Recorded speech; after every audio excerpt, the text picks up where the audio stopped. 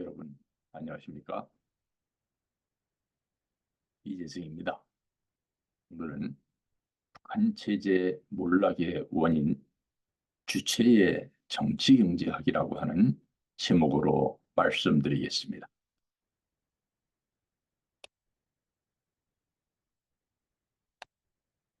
이 슬라이드는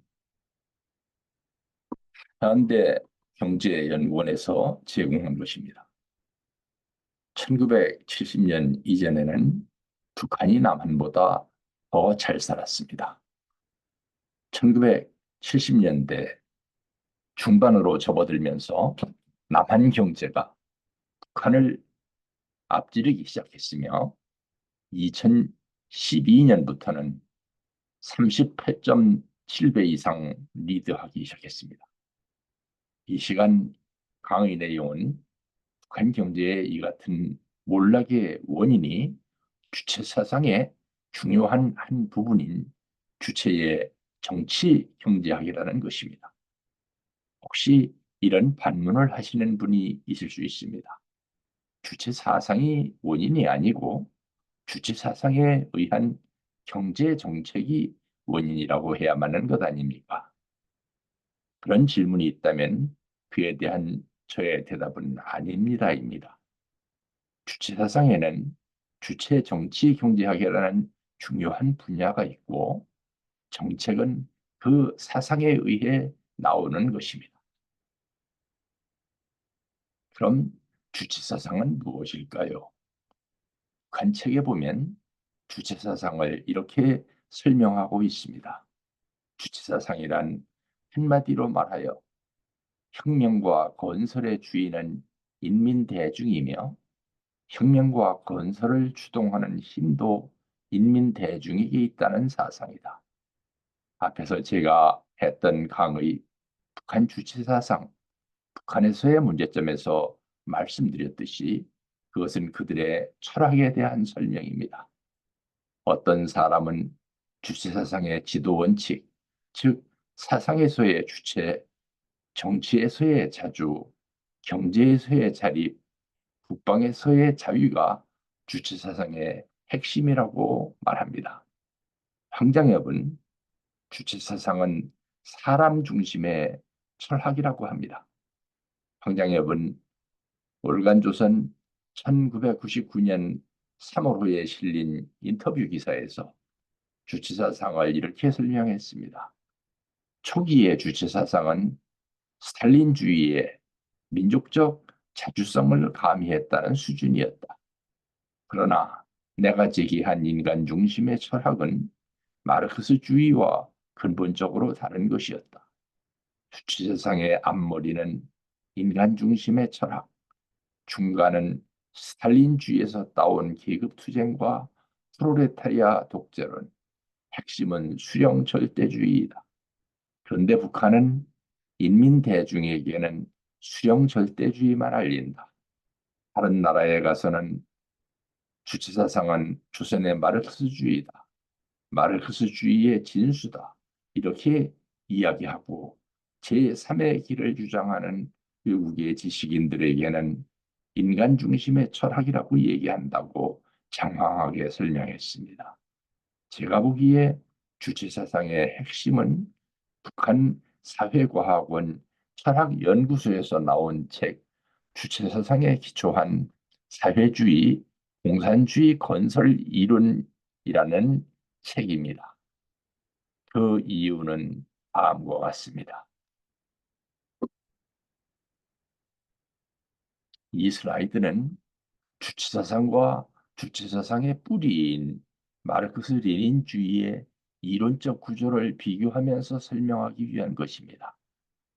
제독 철학자인 송두율은 그의 책 통일의 논리를 찾아서라는 책에서 주체사상의 이론 구조를 철학적 원리, 사회 역사적 원리, 주체의 정치경제학, 실천적 방법론으로 구분했습니다. 이 같은 분류는 아마도 주체사상과 마르크스 레닌주의를 억지로 차별화시키기 위한 고육책이었을 것입니다. 마르크스 레닌주의의 창시자인 레닌과 스탈린은 레닌의 책 마르크스주의의 3대 원천과 3대 구성 부분에서 그 구성을 철학, 정치, 경제학, 과학적 사회주의로 구분한 바 있습니다. 그 철학 속에 물질의 개념, 변증법적 유물론, 역사적 유물론, 무술론 등을 포함하고 있었던 것입니다. 레닌의 이 같은 구분은 엥겔스의 구분을 따른 것입니다. 엥겔스는 그의 책 반듀링론이라는 책에서 마르크스의 사상을 설명하면서 그 목차를 철학, 정치경제학, 사회주의로 구분했던 것입니다. 그 정치경제학 속에 노동가치론, 잉여가치론 등이 들어있었고 그를 토대로 레닌은 제국주의론을 체계화했던 것입니다. 이처럼 주체사상의 이론 구조를 상세히 논하는 이유는 북한 체제의 몰락이 그들의 사상에 따른 정책적 실패가 아니고 사상 그 자체의 모순이었음을 가르치기 위한 것입니다. 주체의 정치경제학은 최초의 엥겔스가 분류했듯이 철학, 정치경제학, 사회주의의 골격에 따른 것이고 또 마르크스 레닌주의의 철학, 정치경제학, 과학적 사회주의의 골격을 따른 것입니다. 실천적 방법론이란 다름 아닌 과학적 사회주의이고 철학적 원리와 사회역사적 원리 또한 철학을 그대로 모방한 것입니다.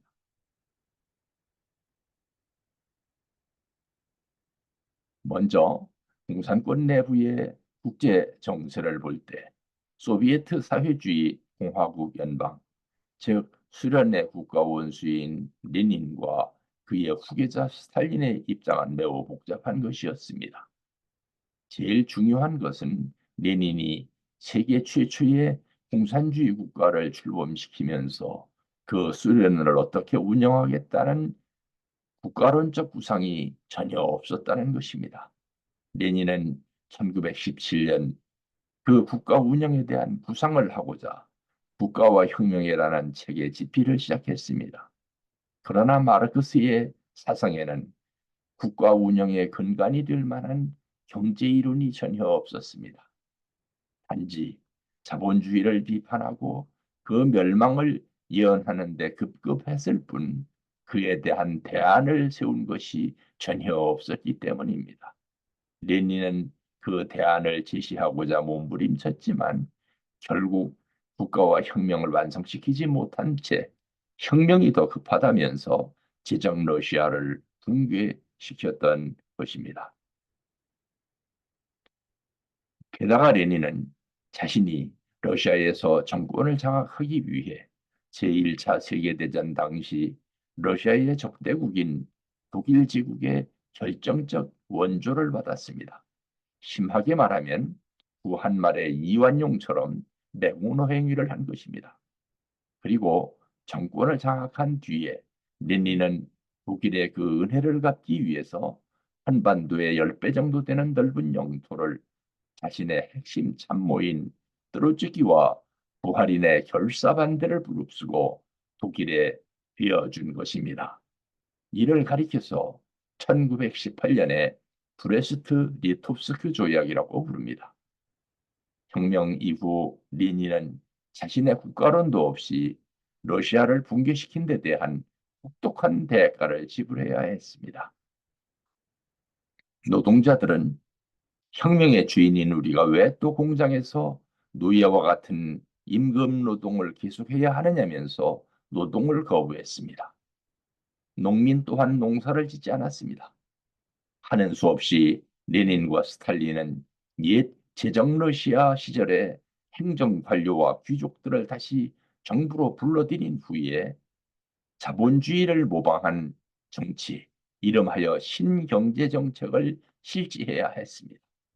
신경제정책 기간인 1924년 내지 1928년에 신경제정책은 소련 공산당 내부에서 경론을 불러왔습니다. 좌파인 프레오브르진스키는 중공업 위주의 불균형 성장 전략을 주장했고 극우파인 샤니는 농업우선 불균형 성장 전략을 역설했습니다. 우파인 부하리는 균형 성장 전략을 내놓고 한 걸음도 물러서지 않았습니다. 스탈린은 이들 가운데 좌파의 중공업 정책을 지지하는 제1차 5개년 계획을 채택하면서 우파와 극우파를 모두 숙청했습니다. 스탈린은 이때 중공업에 투자할 예산을 마련하기 위해서 수백만의 인민들이 굶어 죽는 상황에서도 식량을 해외로 수출하는 독재 정치를 했습니다. 1942년 6월 스탈린은 히틀러의 독일 제국과 싸우기 위해서 미국과 동맹 관계를 맺었습니다. 미국 대통령 루스벨트는 스탈린의 소련에 각종 항공기 1만 5천 대, 전차 약 7천 대, 지프 약 5만 대, 트럭 약 38만 대, 오토바이 약 3만 6천 대, 화차 1만 1천 량, 기관차 약 2만 량, 식량 448만 톤, 비철금속 80만 톤, 석유 제품 267만 톤, 화학 제품 84만 톤, 면화 1억 689만 톤, 가죽 4만 9,860톤, 타이어 379만 개, 분화 1,542만 족 등 어마어마한 물자를 미국 배에 실어서 소련 땅으로 들여보냈습니다. 김일성이 북한으로 들어올 때 타고 온 소련 군함 역시 미국이 원조한 배 중의 하나였습니다. 소련이 이처럼 미국의 천문학적 규모의 원조를 받는데 반대했던 국제공산당, 즉 코민테르는 1943년 스탈린에 의해서 강제 해산되었습니다.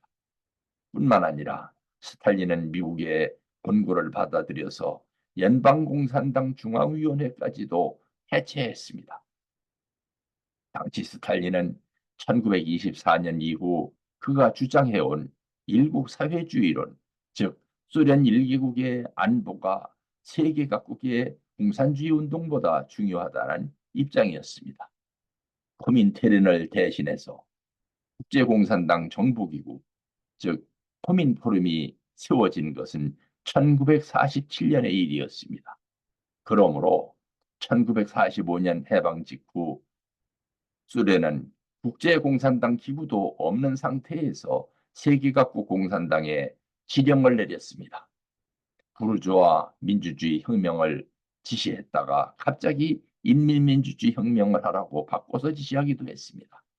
당시 세계 각국 공산당은 소련의 지시를 받지 않으려 했습니다. 코민테른을 대체하기 위해서 설립된 국제공산당 정보기구, 즉 코민포럼은 1947년에 창설되었다가 1956년에 소련에서 철학 논쟁이라고 하는 이론 논쟁이 일어나면서 해체되었습니다. 철학 논쟁은 마르크스주의의 변증법적 유물론과 역사적 유물론의 뿌리를 흔드는 위기였습니다. 독재국가에서 후임 독재자는 자신의 정통성을 확보하기 위해서 반드시 전임 독재자를 혹독하게 비판해야 합니다. 스탈린의 후임자인 후쇼프는 자신의 정통성을 확보하기 위해서 개인 숭배 금지, 경공업 정책 같은 갖은 방법으로 스탈린을 비판했습니다. 1960년에는 모스크바에서 열린 세계 각국 공산당 및 노동자 회의에서 공산당이 독점하던 권력을 노동조합에게 나눠주겠다고 선언함으로써 참각 모두를 혼란에 빠뜨렸습니다. 당시 중국의 마오쩌둥은 신생 중화인민공화국의 기틀을 잡기 위해서 대약진 운동을 펼치면서 스탈린의 중공업 정책을 그대로 상속받아서 실행했고 그 결과 약 5천만 명에 이르는 중국 인구가 굶어 죽었습니다. 후쇼프를 밀어내고 집권한 브레즈네프는 마르크스주의의 경제학으로는 도저히 경제난을 해결할 길이 없다고 판단하고 1965년 마르크스주의 경제학을 국제경제학 지위에서 끌어내리고 수리경제학으로 대체했습니다. 이는 공산주의의 종주국 소련 스스로에 의해서 마르크스 레닌주의의 3대 기둥인 철학, 정치, 경제학, 과학적 사회주의를 모두 부정해버린 사건이 되었던 것입니다. 스탈린에 의해 과학적 사회주의가, 후쇼프에 의해서 철학이, 브레즈네프에 의해서 정치, 경제학이 부정된 것입니다. 이에 따라 후쇼프 시대에 있었던 1956년부터 중국과 소련 사이에서는 중소 이념 분쟁이 일어났고 1966년부터 중국에서는 문화대혁명이 일어났었던 것입니다. 이 슬라이드는 주체사상의 변화 추세를 경제정책, 대남전략, 국제정세 등 여타 관련 사항과 비교 분석하고 있습니다. 북한 경제정책의 실패 원인은 김일성의 주체 정치경제학에 명시된 중공업 우선 정책이었습니다. 1953년 북한의 전후복구를 원조했던 동구권 국가들도 김일성이 민생 경제가 아닌 전쟁 경제에만 주력하는 데 대해서 항의하면서 철수했습니다. 초청년을 통한 자본 및 기술 도입 루트는 1965년 한일 회담이 성사되면서 막혀버렸습니다.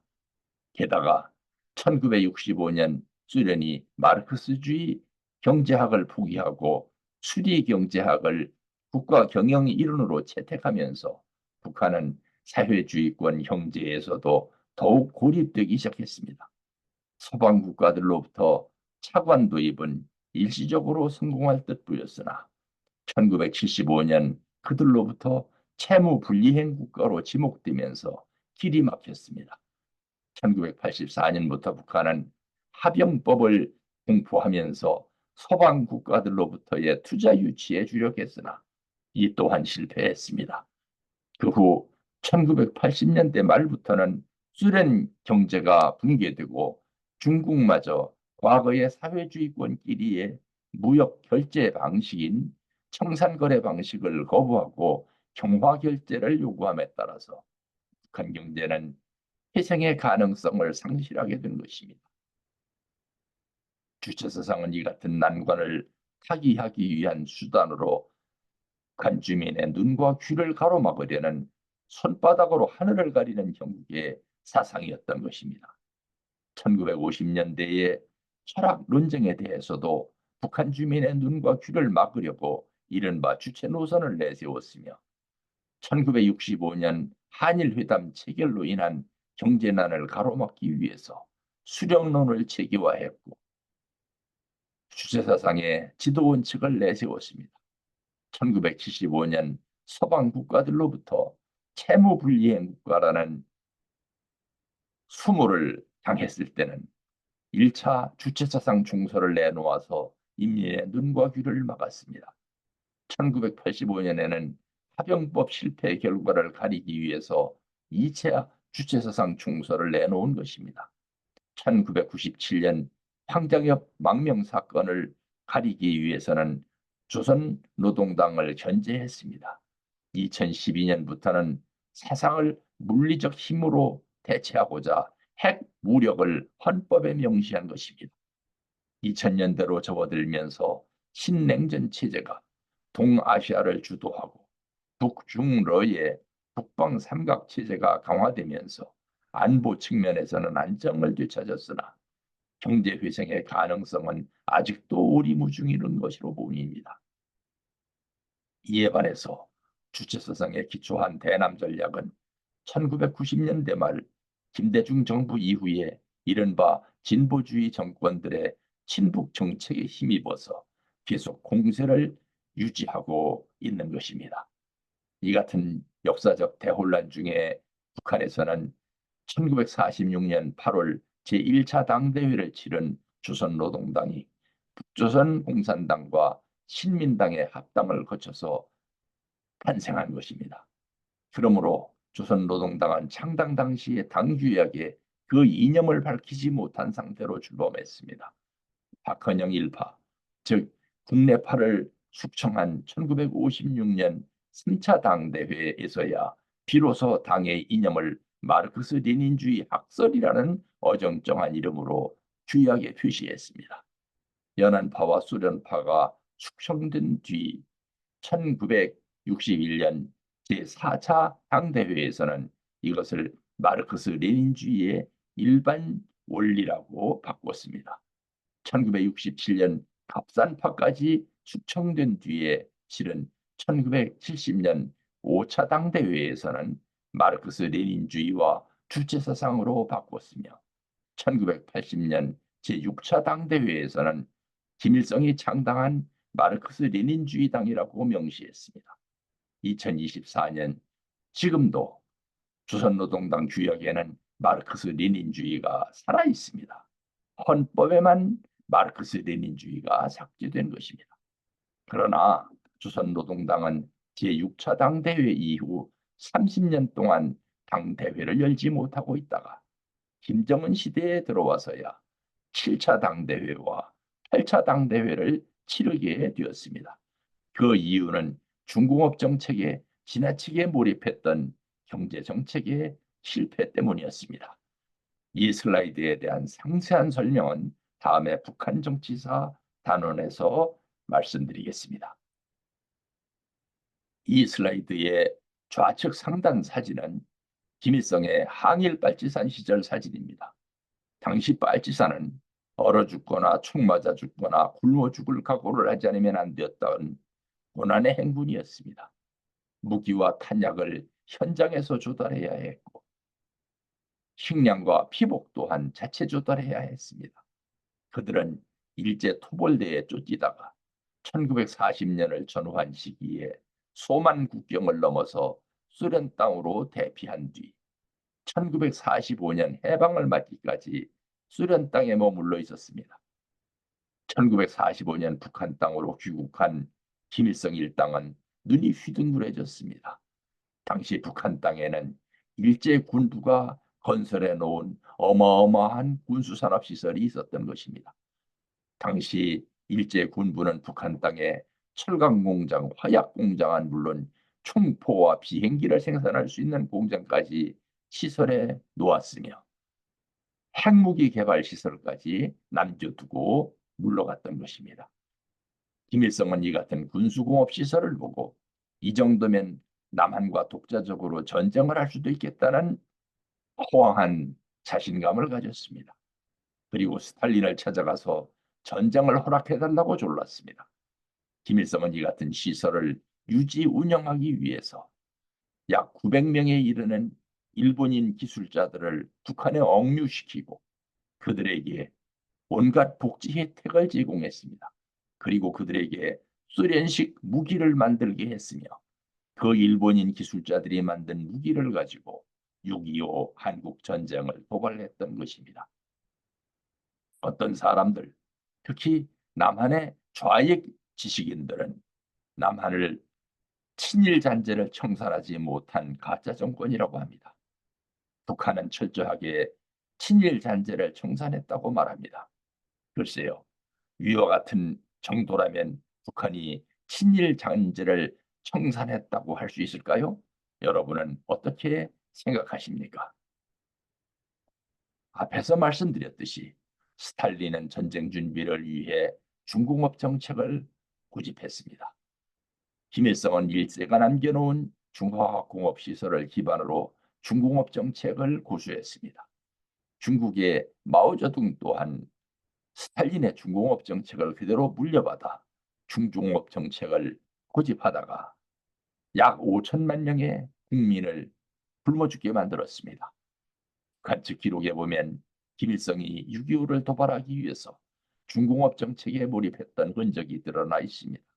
그들의 기록에 보면 김일성은 1949년 10월 65호 공장 대표들과 한 담화에서 우리는 자체의 힘으로 무기를 만들어 무장하여야 한다고 말한 것입니다. 김일성의 이 같은 중공업 정책에 대한 고집은 전후복 시기에 북한을 도와주러 왔던 사회주의 선진국들과 충돌했고 급기야 그들을 북한으로부터 철수하게 만들었습니다. 그들은 김일성에게 농업시설을 포함한 경공업시설을 만들어서 민생경제를 복구해야 된다고 요구했던 것입니다. 그럼에도 김일성은 1965년 인도네시아 반둥에서 열린 비동맹 회의에서 참석해서 인도네시아 사회공헌에서 감공을 시연설했습니다. 중공업의 우선적 장성을 보장하면서 경공업과 농업을 동시에 발전시키는 노선에 대하여 당 안에 숨어있던 반당 분자들, 국내외의 수정주의자들과 교조주의자들은 시비가 많았다. 그들은 인민 생활이 어려운데 중공업 건설에 치우친다거니 기계에서는 밥이 나오지 않는다거니 하면서 우리 당의 노선을 비방하였다. 이 같은 이유로 그는 연안 반미 소련파와 충돌했으며 그들을 숙청하면서 중공업 정책을 지속시켰습니다. 1967년 합산파를 숙청했던 이유 또한 그들이 김일성의 중공업 정책을 비판했기 때문이었습니다. 김일성은 이처럼 국내 정책에서만 중공업 정책을 강조한 것이 아니라 제3세계 언론사들과 인터뷰를 하면서도 중공업의 중요성을 역설했습니다. 아프리카의 다오메이, 남아메리카의 페루 등 제3세계 언론사들과의 인터뷰에서 주체 경제를 건설하기 위해서는 위력한 중공업 기지를 창설해야 한다면서 중공업에 주력할 것을 권고한 것입니다. 그러나 소련과 중국을 비롯한 공산권에 있어서 국제 정세는 예측 불허의 변화하는 모습을 보여주었습니다. 그 변화에는 공산권의 큰 호재도 있었고 악재도 있었습니다. 그 호재 중에 하나는 남한에서 있었습니다. 1960년에 남한에서는 3.15 부정선거와 4.19 혁명으로 이승만의 제1공화국이 붕괴되고 민주당 내각이 들어섰으며 학생 데모 때는 가자 북으로 오라 남으로 만나자 판문점에서를 외치기 시작했던 것입니다. 이는 북한에게 큰 호재였습니다. 같은 해 1960년은 또한 정치학자들 사이에서 아프리카 해로 불리는 해가 되었습니다. 아프리카에서 1960년 1년 동안 무려 31개국에 달하는 신생 독립국이 생겨났는데 이들 신생국 모두가 유엔 총회에서 공산권을 일방적으로 지지해 주었던 것입니다. 이에 따라서 미국이 유엔 총회에서 소련에 밀리기 시작했으며 급기야는 미국이 한국 정부를 상대로 한반도 유일의 유엔이 인정하는 합법 정부라는 정통성을 포기하고 남북한 동시 유엔 가입을 추진할 것을 강력하게 권고하기에 이르는 것입니다. 이에 따라 북한은 비동맹 외교를 국제 무대에서 실시하면서 남한을 압도하기 시작했습니다. 게다가 유럽에서는 이른바 68 혁명이라는 것이 일어났는데 이는 네오마르크시즘, 즉 고전적 마르크스주의에 대한 비판 이론이기는 했으나 공산권이 받은 타격보다는 북미 선진국 모두가 일대 혼란에 빠진 엄청난 타격이었습니다. 이 같은 세계적 풍조는 이른바 스튜던트 파워라는 새로운 용어를 탄생시켰고 미국에서 대학생들의 반전 데모가 막강한 힘을 발휘하기 시작했는데 이는 미군의 베트남 철수와 한국 철수를 불러왔습니다. 이때 단행된 1971년 3월 주한미군 철수로 인해 남한 정부도 불가피하게 자주국방을 서두르고 중공업 정책을 추진하지 않을 수 없었습니다. 그로 인해서 한국 경제는 심각한 어려움에 직면했고 경제부총리 김학렬이 중공업 정책으로 고민하다가 49세의 젊은 나이에 사망하기도 했습니다. 김학렬의 사망 소식을 듣고 박정희 대통령은 통곡을 했다고 전해지고 있습니다. 이 슬라이드는 북한 조선노동당에서 발간한 1999년판 주체경제학 독본의 내용입니다. 이 책이 발간된 시기는 김일성이 사망한 지 5년이나 지난 시기이며 북한에서 1995년 내지 1999년까지 4년간 있었던 대기근과 체제 붕괴 위기가 계속되던 시기였습니다. 이른바 고난의 행군 시기였던 것입니다. 이 같은 고난의 행군 시기에도 북한은 조선노동당이 발간한 주체 경제학 독본을 통해서 중공업 정책을 외치고 있는 것입니다. 이와 비슷한 시기에 출판된 김일성 대학의 정치경제학 독본 역시 중공업 정책을 주장하고 있습니다. 이 책들이 주장하는 바는 경공업과 농업에서 자본을 축적한 뒤에 중공업 정책을 추진하는 것은 자본주의 방법이라는 것입니다. 그리고 중공업을 우선적으로 성장시키는 것이 사회주의적 경제 방법이라는 것입니다. 참고로 호프만의 경제이론에 나오는 이상적인 중공업 대비 경공업의 비율은 제1단계에서는 1대 5 플러스 마이너스 1입니다. 경공업에 5배의 비중을 두어야 된다는 것입니다. 제2단계는 1대 2 플러스 마이너스 2분의 1입니다. 경공업에 1.5배 이상의 비중을 두어야 된다는 것입니다. 자본주의 경제학에서는 반드시 경공업을 통해 자본을 축적한 후 경공업에 투자하는 것이 원칙입니다.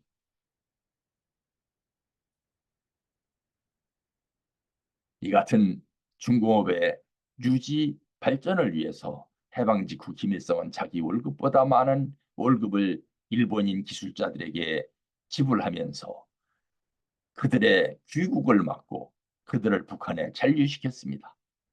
한국인으로서도 친일 경력이 있는 인물들이 그들이 자연과학 계통의 과학자이거나 기술자인 경우에는 거침없이 경제계는 물론 인민군 고급 간부로도 채용했던 것입니다. 이 같은 이유로 특히 북한 공군에는 친일 경력자가 많았고 미국인을 몰고 남한으로 귀순한 북한 공군 조종사들도 유난히 많았던 것입니다. 김일성은 또한 일본과의 외교관계 수립에도 매우 적극적이었습니다. 이 슬라이드는 김일성이 1972년 9월 일본의 마이니치 신문과 인터뷰를 하면서 밝힌 내용입니다. 그는 북한이 정부 창건 첫날부터 일본과 외교관계 수립을 서둘러 왔다고 밝혔습니다. 김일성이 이처럼 일본과의 국교 정상화를 액을 했던 이유는 일본을 통해 경제 발전에 필요한 자금과 기술과 고급 인력을 조달받기 위해서였습니다. 이를 위해 북한은 6.25 한국 전쟁의 정전협정에 서명하자마자 제3국인 인도에서 일본 정부와 교섭해서 제1동포 북송을 시작했습니다. 그 결과 1959년부터 1984년까지 약 10만 명의 제1동포가 북송선을 탔습니다. 그러나 이를 통해 공급받던 자금과 기술과 고급 인력이 1965년에 체결된 한일협정 체결로 인해서 하루아침에 급감했고 그것이 북한 경제 몰락의 신호탄이 되었습니다.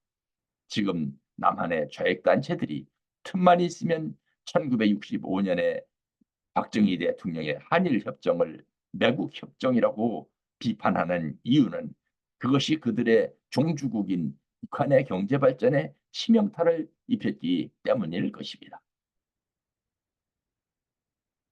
북한 경제 몰락의 원인은 주체 사상의 중요한 골격인 주체 정체 경제학이었습니다. 특히 김일성의 무리한 중공업 정책이 모든 문제의 뿌리였습니다. 1960년대 내지 1970년대 남한의 지식인들 가운데는 북한을 동경하는 사람들도 꽤 있었습니다. 북한은 이때 이미 군사무기로서는 탱크와 대포, 경비정을 만들었으며 산업장비로서는 전기기관차와 트랙터를 생산하기 시작했던 것입니다.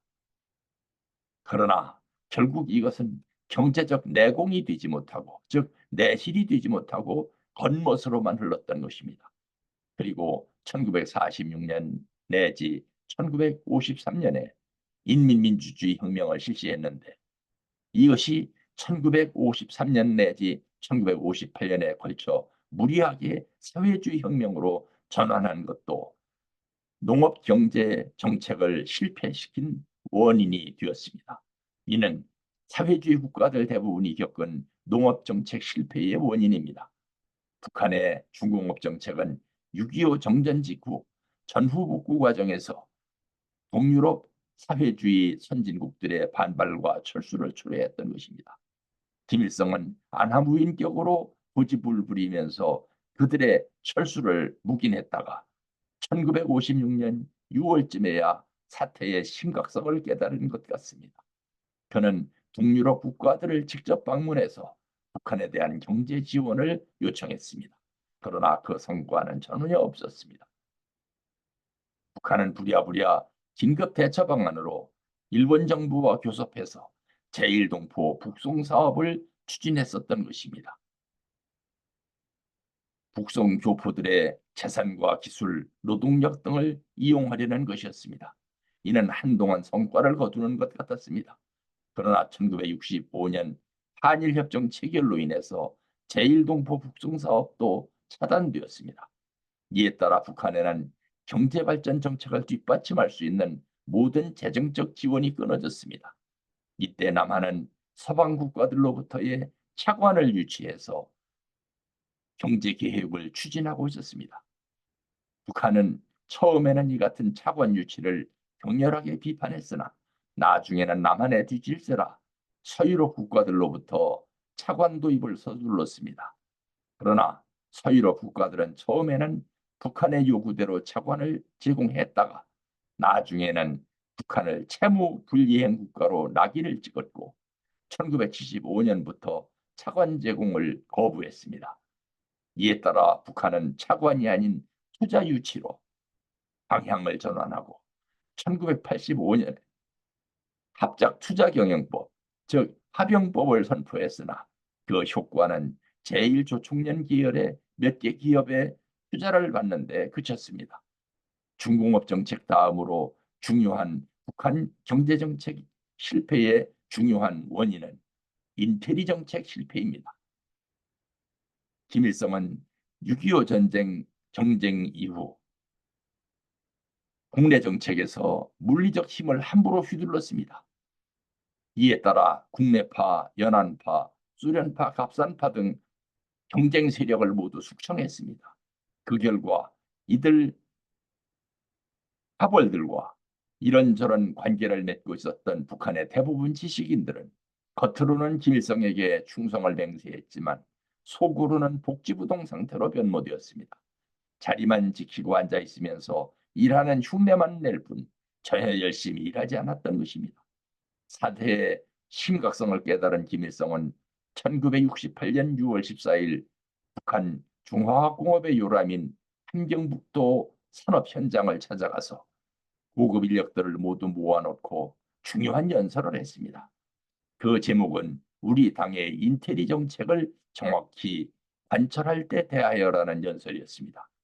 이 연설문을 김일성은 김일성 주체상에 대하여라는 1977년판 중요한 책을 별도로 발간하면서 그 책에 수록하게 했습니다. 그 연설문의 내용은 앞으로는 인테리들에 대해서 절대로 출신 성분을 묻지 않고 신분을 보장해 줄 터이니 경제 발전을 위해 협조해 달라는 것이었습니다. 그러나 해방 이후 20년 동안이나 속았던 그들 인테리들은 그 후에도 협조를 하지 않았습니다. 결국 김일성과 김정일은 새로운 세대에서 인테리들을 육성해야겠다는 결심을 하고 3대 혁명 소조라는 특별 조직을 만들고 그들로부터 힘을 빌리고자 그들을 김정일 직접 직발 조직으로 운영했지만 그 또한 성과는 기대에 미치지 못했습니다. 주체 사상을 중심으로 북한은 2개년 계획, 3개년 계획, 5개년 계획, 6개년 계획, 7개년 계획 등 수많은 경제 계획을 실행해 옮겼으나 1970년대 초반부터 40년 동안 그 대부분의 경제정책이 실패했습니다. 한일협정 체결 이후 북한 경제정책이 모두 실패한 것입니다. 이는 그만큼이나 1960년대 북한 경제에 일본에 대한 의존도가 높았다는 얘기가 됩니다.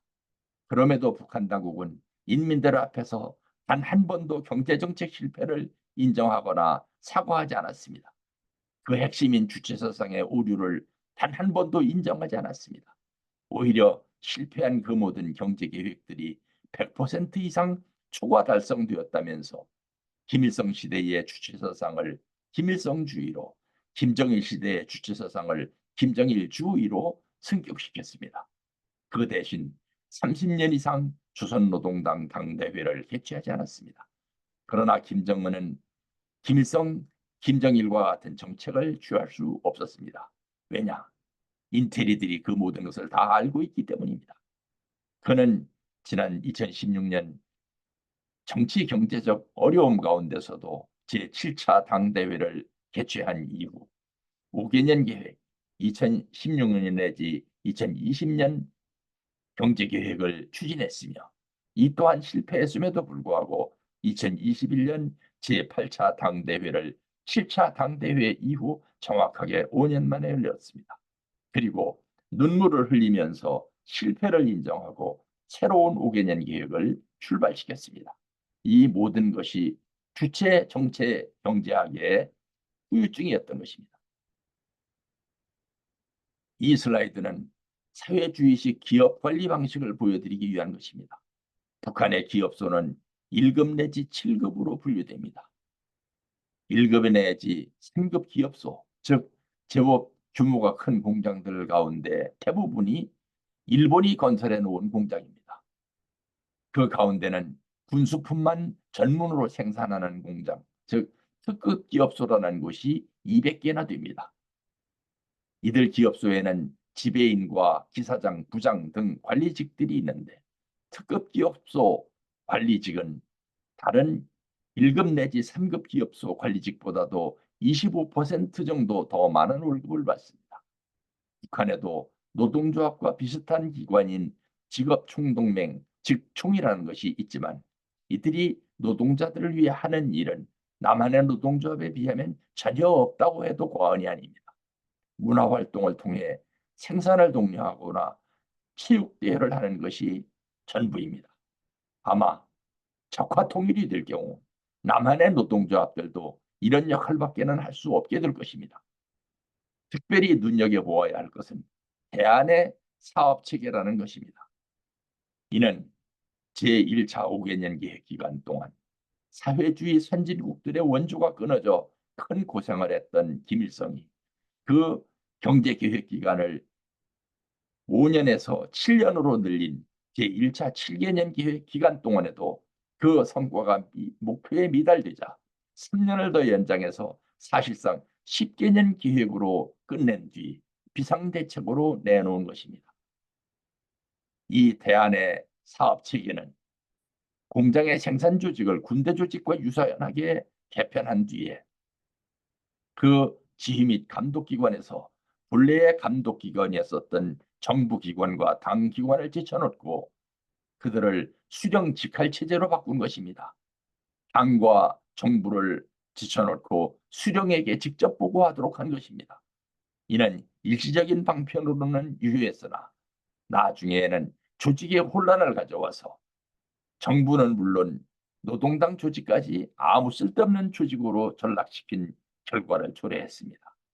그 결과 경제 상태는 더욱 악화되었고 최근에 김정은에 의해서 대안의 사업 체계는 폐기되었습니다. 이 슬라이드는 김일성에게 직언을 했다가 모두 숙청 또는 도태 사망한 북한 경제 전문가들의 명단과 그들의 역할을 보여줍니다. 그 결과 어쩌면 불쌍하게 되는 것은 김정일이었습니다. 김일성은 1977년 4월 15일 김일성의 65회 생일을 기해서 금수산 의사당, 다시 말하면 주석궁을 완성시켰습니다. 그리고 김일성 자신은 외교 안보 관련 업무만 챙겨가지고 주석궁으로 들어갔습니다. 나머지 경제정책, 나머지 모든 정책들은 그 후 명목상 전부 김정일이 떠맡게 된 것입니다. 그러나 김일성은 자신이 외교 안보 정책만 가지고 주석궁으로 들어간 후에도 천지지도라는 명목으로 계속 경제 현장을 방문했고 그곳에서 즉흥적 발상에 의해 갖가지의 선심성 공약을 남발했습니다. 결국 김정일은 김일성의 선심성 공약을 뒤치다꺼리 하다 보니 계획경제 체제의 장점을 살린 체계적인 경제 계획을 단 한 번도 제대로 행사하지 못하게 되었던 것입니다. 김일성 사망 후 그가 제대로 한 번 경제 계획을 행사해 보려 했을 때는 북한 경제가 몰락할 대로 몰락해서 이른바 고난의 행군기로 접어들었을 때였습니다.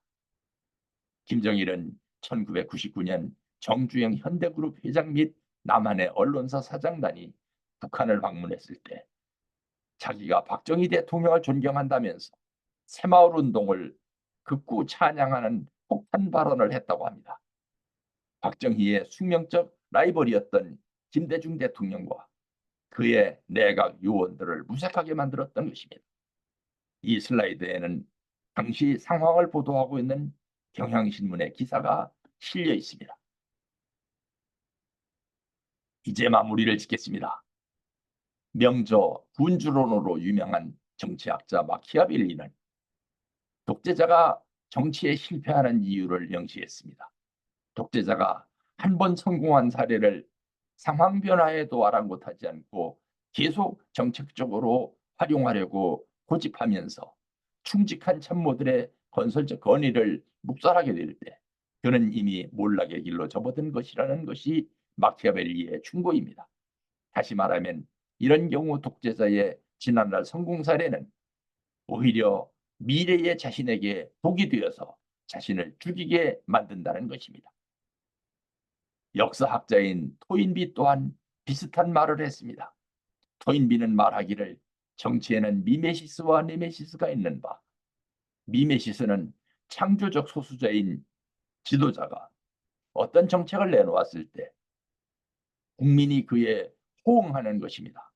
그러나 정치가가 같은 방법을 되풀이해서 사용하려 할 경우 국민은 그 정치가의 지시를 따르지 않게 되고 결국은 그 국민들이 다른 창의성을 과시하는 지도자를 찾아가게 된다는 것입니다. 그것을 네메시스라고 했습니다.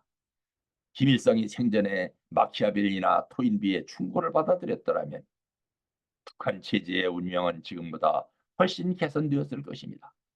그에게 있어서 빨치산 투쟁의 성공과 북한 권력 장악의 성공은 그 자신을 위해서는 물론 북한 체제와 인민들에게 무서운 죽음의 북이 되었던 것입니다. 그러나 북한이 발간한 철학 사전에 보면 그들은 지금도 토인비를 악질 반동적인 궤변론자라고 혹평하고 있습니다. 문제는 이른바 민주화 이후 한국 지식인 사회의 정치인들 사회에서도 토인비론에 대한 거론이 단절되었다는 사실입니다. 그리고 그들 중에 일부는 앞에 말씀드렸던 것과 같은 실패한 김일성의 행위를 최고의 정치 행위로 선전하면서 그것을 상속받겠다고 하는 사실입니다. 이들을 우리는 소위 종북인사라고 하거나 아니면 주체 사상의 신봉자라고 지칭합니다. 슬픈 일입니다. 오늘 강의는 여기서 마치겠습니다. 장시간 경청해 주셔서 대단히 감사합니다. 안녕히 계십시오.